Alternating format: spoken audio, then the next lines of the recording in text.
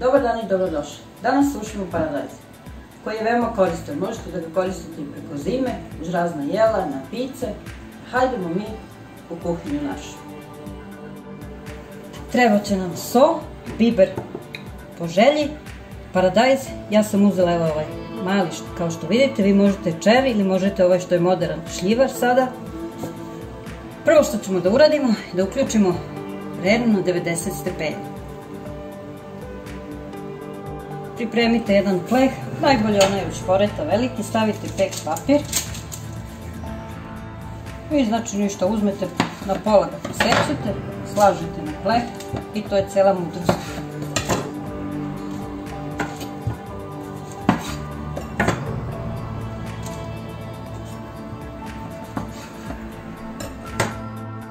I evo, isekli smo ih znači na pola, sada možemo malo da ih posolimo i po želji ako hoćete da ih pobiberete.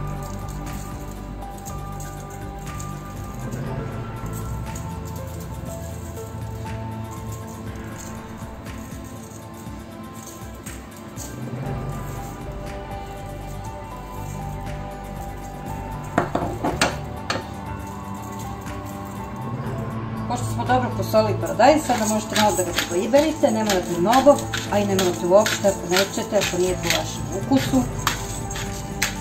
To bi bilo to. I sada stavljamo u rernu nekih 8 sati.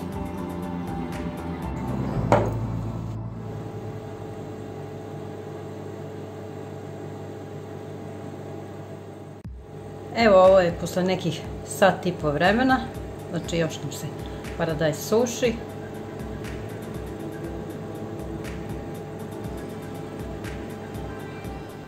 I evo, boga mi, prošlo je nekih 7,5 sati od kada smo stavili paradajz. Sada ćemo otvoriti malo rernu, stavit ćemo neku varljaču i ostaviti ovako, da kažemo, malo otvoreno, tako po nekih 40-45 minuta još. I evo, gotovo je, možemo da isključimo rernu, da izvadimo napolje.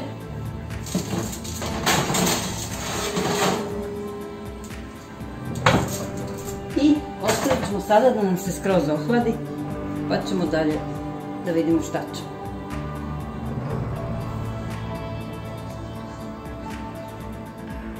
Znači, paradajz nam se ohladio, sada uzmite neku teglu, uzmite ulje, sipajte malo ulja,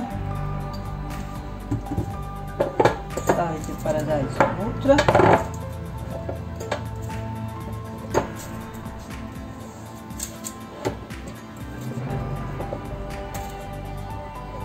Opet malo ulja.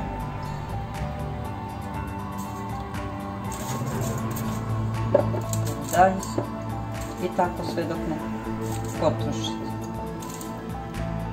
I evo, kao što vidite, od nekih 15-16 kg paradajza mi smo dobili jednu teglu suvog paradajza.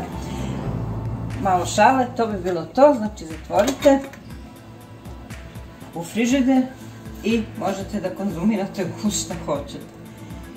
Toliko od mene za danas, mi se vrlo uskoro vidimo ponovo. Prijetno!